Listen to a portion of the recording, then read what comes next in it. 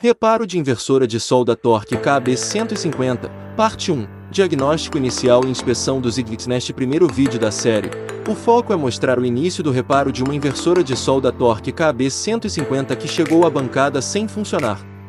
O cliente relatou que a máquina parou de soldar repentinamente, acendendo apenas o LED de energia, sem ruído de funcionamento ou arco de solda. O primeiro passo foi uma inspeção visual completa.